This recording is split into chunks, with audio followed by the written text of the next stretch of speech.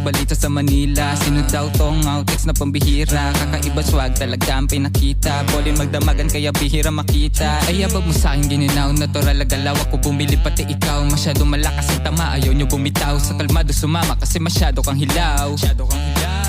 Cold na dating, napakabangis. Pag narinig na raw pa gusto ka agad umalis. Pumunta sa gig dahil gusto nila makinig ng mga kanta namin na kahit sino winalis. 40-55 patato mo sa noo. Tingin ng mga host namin tunay na maginoo. Puro classic na talento, di basta loko-loko. Pagdaan namin sa harap sila'y napapatayo. Talaga naman napakasarap lapatan ng beat. Eminem, Shadys, 20s na malupit. Pagsito para sa singkit namin tagapakinig. Outtakes, di kinabahan kahit wala G. Mga chika sa amin nakatingin. Inumin ang crew na malamig. Maganda yung view, tas malagkit. Yung dala na due o quality. Mga chicks na balita sa Manila. Sino daw tong outtakes na pambihira? Kakaiba swag talaga ang pinakita. Boli magdamagan kaya bihira makita. Ay abag mo sa'kin gininaw, natural agalaw. Ako bumili pati ikaw. Masyado malakas ang tama, ayaw nyo bumitaw. Sa kalmado sumama kasi masyado kang hilaw.